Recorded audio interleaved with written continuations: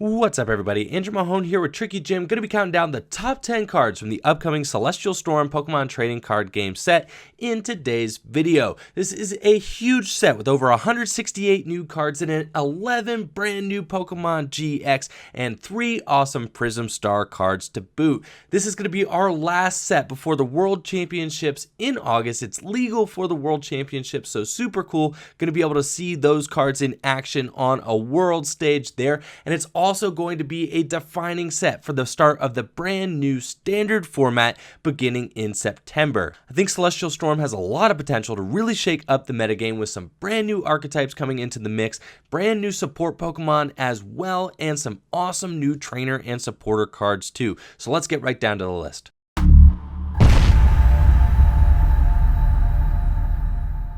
At the number 10 spot, we've got Blaziken GX. Now, Blaziken GX is a super cool Stage 2 Fire-type Pokemon GX, 240 hit points, got 3 attacks, can crank out a ton of damage with that second attack. Explosive Kick, 210 damage for 2 fire and a colorless energy. Discard 2 fire energy cards from this Pokemon.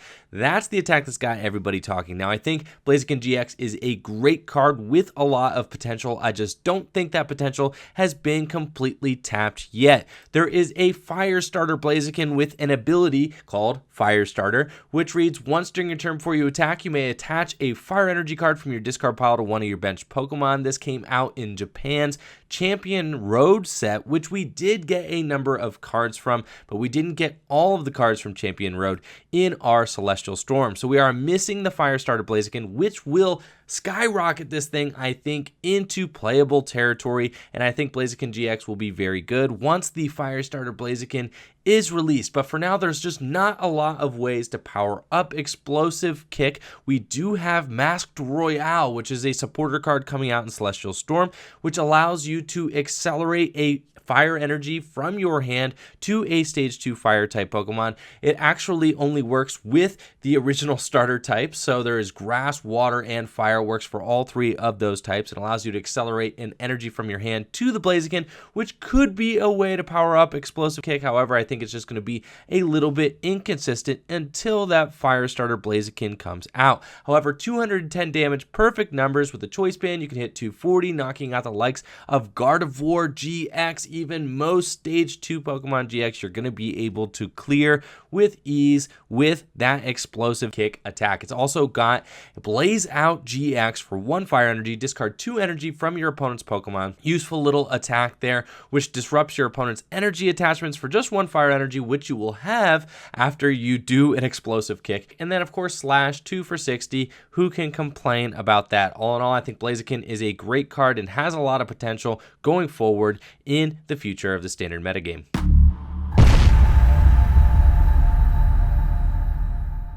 At the 9 spot, we've got Shiftry GX. Awesome Stage 2 Pokemon GX, 240 hit points, grass type, has 3 attacks. First attack for a grass energy is Perplex. It does 40 damage and your opponent's active Pokemon's now confused. For a grass and 2 colorless, Extrasensory does 90 plus 90 more damage if you can match hand sizes with your opponent. And then for a grass and 2 colorless, Den of Iniquity GX, choose one of your opponent's Pokemon. Your opponent shuffles that Pokemon and all cards attached to it into their deck. Now, people are talking about playing Shiftry GX with Zoroark GX. Zoroark allows you to trade and would be a good partner. Not only do they both use double colorless energy, trade allows you to increase your hand size if you need to match hand sizes for Extrasensory, and you could also play down cards from your hand in order to decrease your hand size to match hand sizes for Extrasensory. Extrasensory would give Zoroark an awesome one-hit KO option that the deck doesn't already easily have. With the Choice Band, Extrasensory can hit that magical 210 mark, which is such a big deal in standard format because it knocks out Zoroark, right? So Shiftry GX, I think, has a lot of potential. It might not see play until after the rotation in September. However, I think that this card could be good. It hits like a Rock GX for weakness, could be a great partner for Zoroark, and we'll have to wait and see.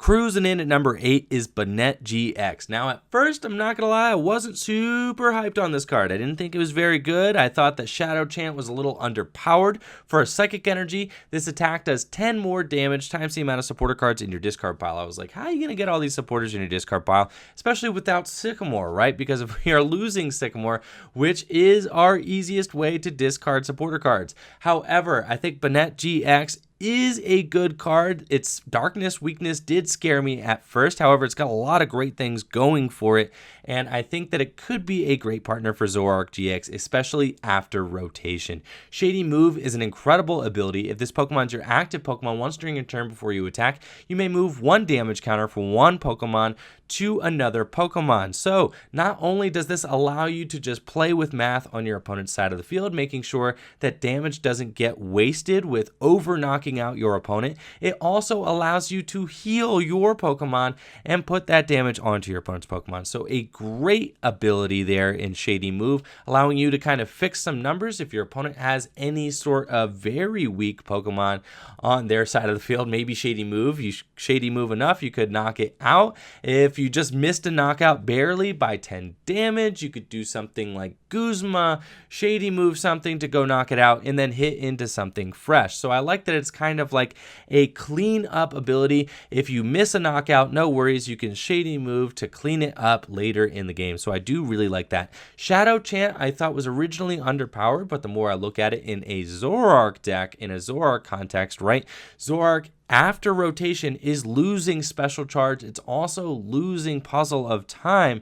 So there are not going to be a lot of ways to easily get the double colorless back into your deck. Yes, we do still have a Rangaroo with that resource management. However, single energy attackers are going to be very valuable for Zoroark. So I think Shadow Chant is great because it can knock out Buzzwole GX, which I think Buzzwole and fighting type Pokemon will still be very popular after rotation. Shadow Chant can knock out a Buzzwole GX, even though you can't do more than 130 damage with Shadow Chant.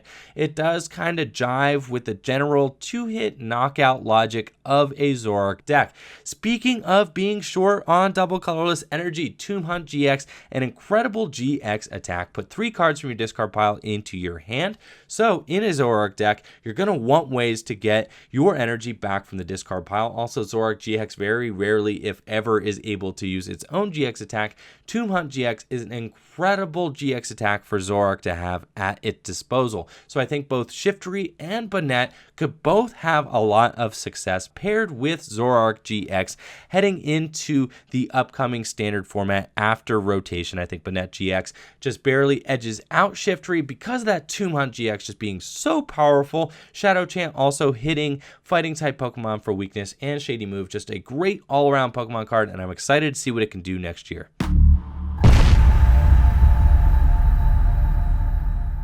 The 7th best card from the upcoming Celestial Storm set is Stakataka GX.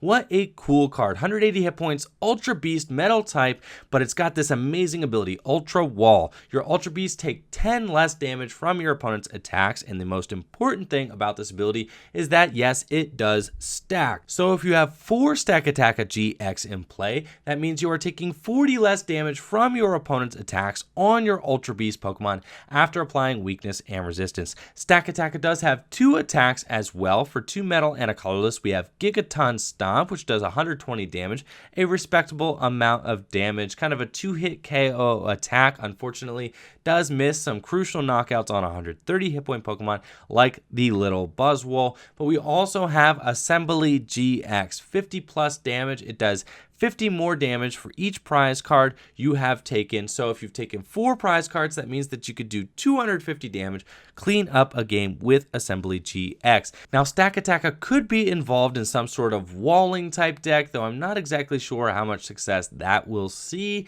Could be some sort of like Wailord, like Stall, Mill kind of deck. However, I think Stakataka will probably be best involved in some sort of Beast Box type deck. Beast Box, Toolbox, just being being a versatile card. Once Parallel rotates, I think Stakataka is definitely hindered by the fact that Parallel City is in format. Since your opponent can very easily just limit the amount of Pokemon that you have in play, Stakataka wants to be a multiple card in play, right? You want to have a few Stakataka in play so that you're consistently taking less damage from your opponent's Pokemon. I think it could be successful in some sort of Beast Box style deck next format, and is all around just a great card. Unique ability, love this thing. I think it's splashable, could be paired with a bunch of different kinds of cards. So time will tell what Stakataka has in store for us next year.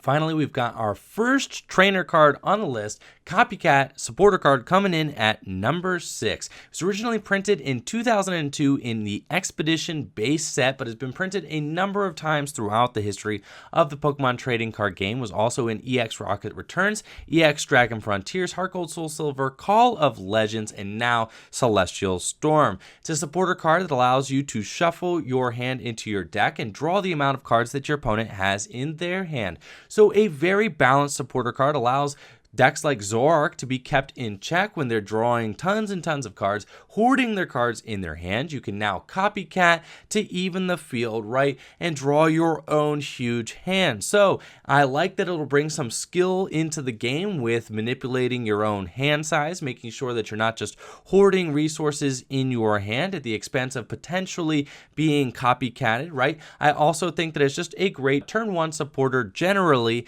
in that if your opponent, starts their hand, they probably at least have 5 cards in their hand, maybe 6, and you can just Copycat on the first turn of the game. Is a nice little consistency boost as well. The downfall of Copycat is that it is situational. Sometimes your opponent will be able to pare their hand down to just a 1, 2, or 3 card hand, and Copycat doesn't really do a lot in those kinds of scenarios. So we're going to probably still be in a space where decks are going to want to play some sort of Pokemon on their field that allow them to draw cards or manipulate their top decks or something like that in order to maintain consistency. We're losing 2 of the best supporters in the game with Sycamore and N both going. Copycat does pick up some slack, will be seen as played in a lot of decks. I'm not sure if it'll be played in every single deck, but it'll at least be played in some decks. The problem with Copycat is that it's much, much better with VS Seeker. I think Copycat does have some potential in expanded format, since you could just Versus Seeker for it when it's the opportune time to play Copycat. In standard format, there is no VS Seeker, so if you play high counts of Copycat, your opponent can figure that out and regularly try to make sure that they're not keeping a big hand on their side of the field. That being said, after an opponent takes 2 prizes, they're usually going to have a larger hand, and Copycat can strike at that moment and allow you to do a nice shuffle draw 8, something like that, which always feels very good. So Copycat, great card, think it'll see a lot of play, and that's why it's at the number 6 spot on our top 10.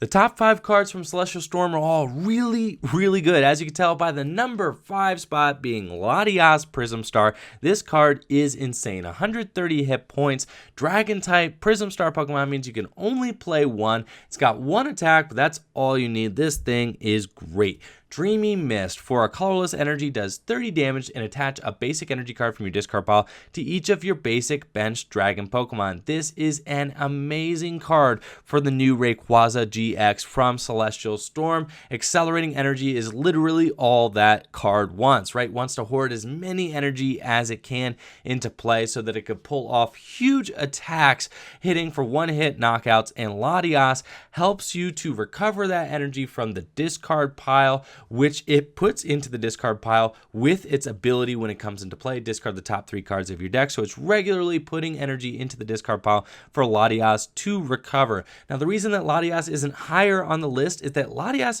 is really only good paired with Rayquaza GX right now. Latias doesn't really have a lot of other partners at this moment. Like, yes, there is Giratina EX in expanded, but there's really not a lot of great options for your Latias Prism Star other than Rayquaza GX. It goes amazing with Rayquaza GX, but the scope is not that large outside of that. I think Latias will be a staple card in Rayquaza GX archetypes. Rayquaza GX is a fantastic card from this set and a great partner for Latias, bringing it in at the number 5 spot.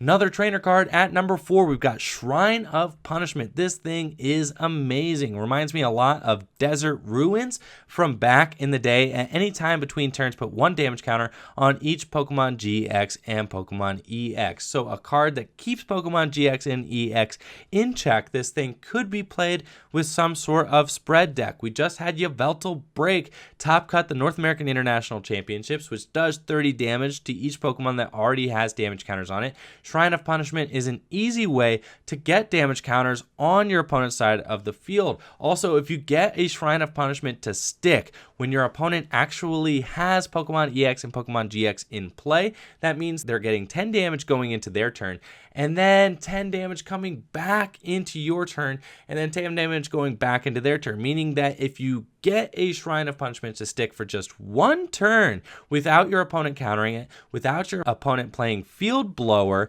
then they're in a lot of trouble. That is great. I mean, you would spend an attack trying to put 30 damage on all of your opponent's Pokemon EX and GX. If you could do it without attacking with just a Stadium card, that is a lot of value. This card will absolutely see play alongside decks that do not play a lot of Pokemon EX and GX. It has been a while since we've been able to see just a non-EX, non-GX deck really rise to the forefront, but I can imagine some sort of maybe Malamar deck that doesn't play Pokemon EX and GX, utilizing Shrine of Punishment to be able to really ramp up damage on the opponent's side of the field. Obviously, Yveltal Break before it rotates could use this as well, or some sort of spread deck, maybe that utilizes Jirachi Prism Star, maybe something that utilizes Tapu Koko, Latios from Shining Legends. There are a lot of different snipe cards in this format. Even though we are losing some things like Yveltal Break, I think Shrine of Punishment is a fantastic card, great option for these non-EX decks,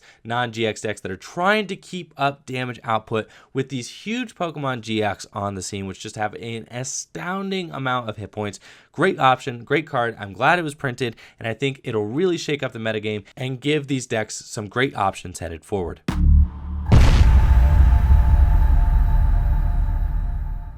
Coming in at 3rd place, we've got Acro Bike, an oldie but a goodie. This is amazing card. It was printed originally in Primal Clash.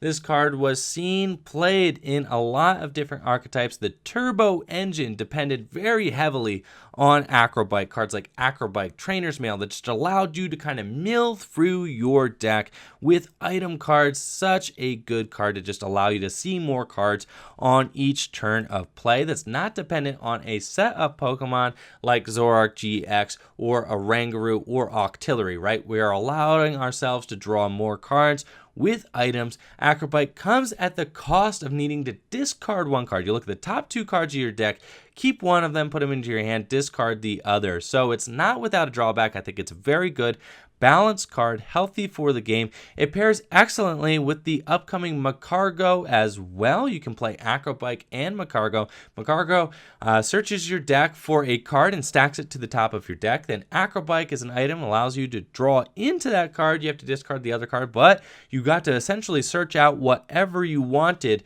with Magcargo and Acro Bike, put it into your hand. So I think that that is a valid option as well. Obviously, people are talking about Magcargo with Zoroark, but that's for later in the video. Acro Bike, fantastic. I think it's great for the Turbo Engine. There isn't really a Turbo Engine in standard format right now, but who knows, if other cards get released, Acro Bike could pair well with them as well. I think the immediate combination is Acro Bike and maybe Magcargo, but also just a lot of standard format has kind of felt, if you're not playing Zoroark, right, then you kind of just draw into your hand and you're stuck with that hand. There's no further digging. There's no Shaman EX to go Ultra Ball for. There's no Trainer's Mail to kind of search and see if I can hit a combo that way. I think the return of Acro Bike just means that we have combo decks get this big bonus, right? Combo decks get this big plus in consistency, being able to play Acro Bike, which basically makes their deck smaller, right? You have a higher chance of being able to hit these combos off of your supporter draw, since if you don't hit it immediately, you could potentially Acro Bike and dig 2 cards deeper in order to see if maybe that will help you hit your card combination. So Acro Bike, great consistency card, splashable, can go in a whole bunch of different kinds of decks, which is why it's at the 3rd place spot on our top 10 cards from Celestial Storm.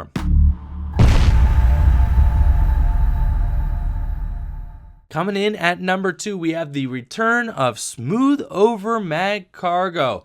Amazing card, amazing ability. This thing saw a lot of play back in 2005, 2006. Super cool card, smooth over ability. Once during your turn before you attack, you may search your deck for a card, shuffle the deck, and put that card on top of it.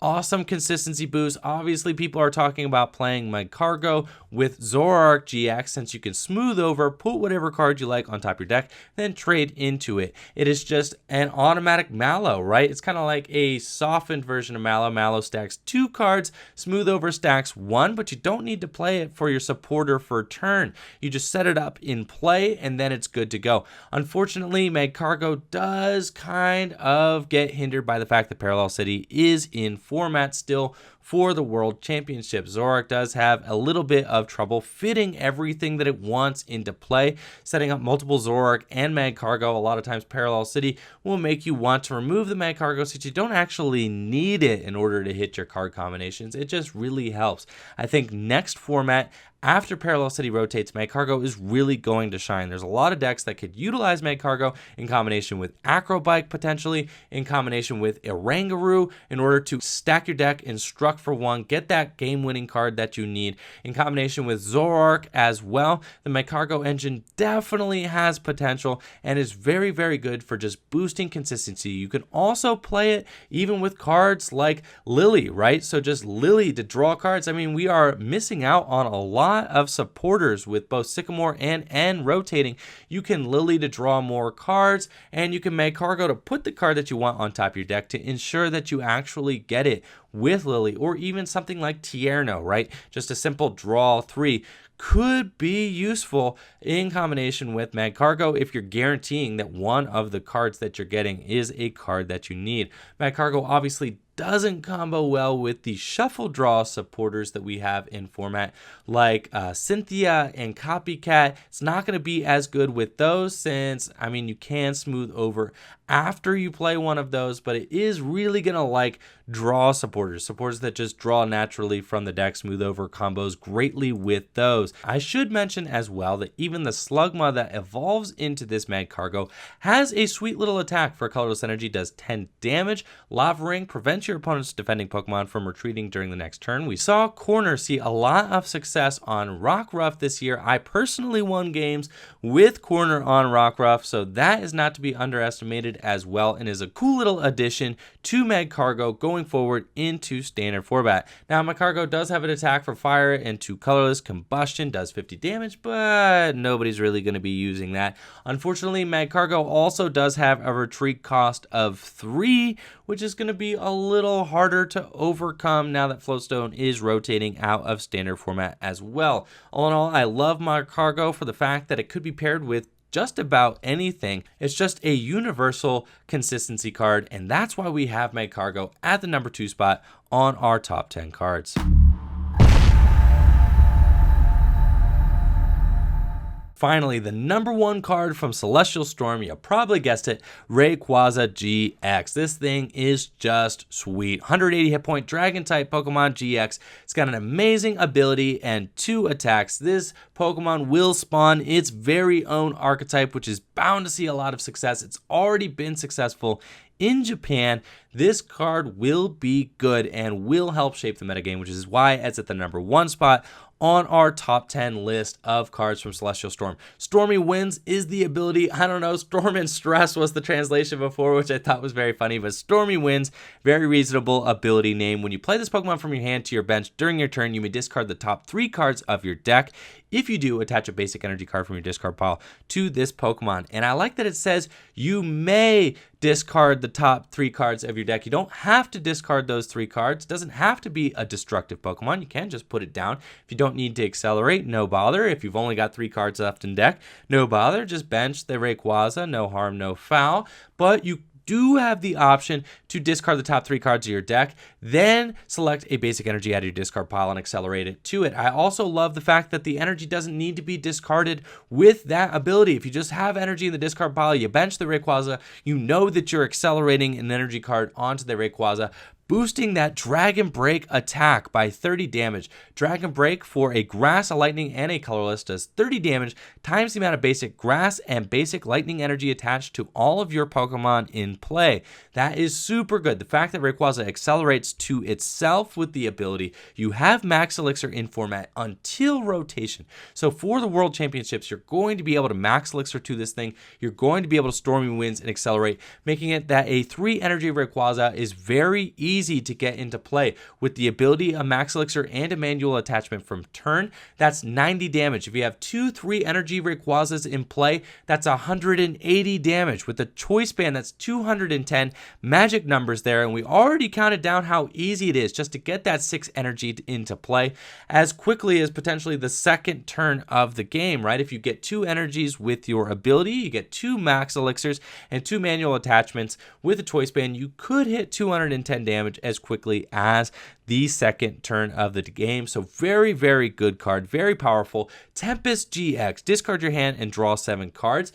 With Sycamore rotating, discard and draw effects are going to be very valuable. And the fact that this is just a consistent option, turn 1, you have a Grass energy, you might not have another supporter in your hand, you could Tempest GX. I love that. If you have other energy in your hand, that's great for your other Rayquazas because you're just going to discard those cards from your hand, and then you can accelerate them later with Stormy Winds. Now, Rayquaza GX is a very destructive Pokemon. It does discard a lot of cards with Stormy Winds. Tempest GX is a very destructive GX attack, potentially. I mean, if you have a 1 or 2 card hand, it's fantastic. But if you have a full hand and you're looking to draw, it does mill a lot of cards. So you're going to need to pair Rayquaza GX with some cards that bring things from your discard pile back into the deck. Maybe we are going to be needing some rescue stretchers potentially, maybe some energy recyclers potentially, things like that in order to keep your deck alive and make sure that you're not decking out super easily. I think that Rayquaza GX will also vastly benefit from Parallel City being removed from standard format. And I keep saying that, but Parallel City is just such a bind on standard format right now. Decks like Rayquaza GX are going to love having a full bench to stack energy on, right? But post-rotation, obviously, we do lose Max Elixir. You could pair Rayquaza GX potentially with Vikavolt. You obviously do still have Latias Prism Star, which is an amazing acceleration option for Rayquaza GX as well. I think Rayquaza GX will single-handedly increase the amount of Gardevoir GX that we see played to, shaping the metagame going forward and just bringing a brand new exciting archetype into play. Everybody loves Rayquaza GX. I love Rayquaza as a Pokemon. Love Rayquaza back when it was good in Eels. I love Rayquaza back when it was good with Emboar, right? I'm a big Rayquaza fan as well, and I think this will be a very exciting deck to play. So anyways, thank you all for watching the video. Make sure to like the video, sub to the channel. Let me know, what do you guys think of my top 10 list from Celestial Storm? What cards do you think should have been included on the list? Where would you have ranked cards? Let me know in the comments below.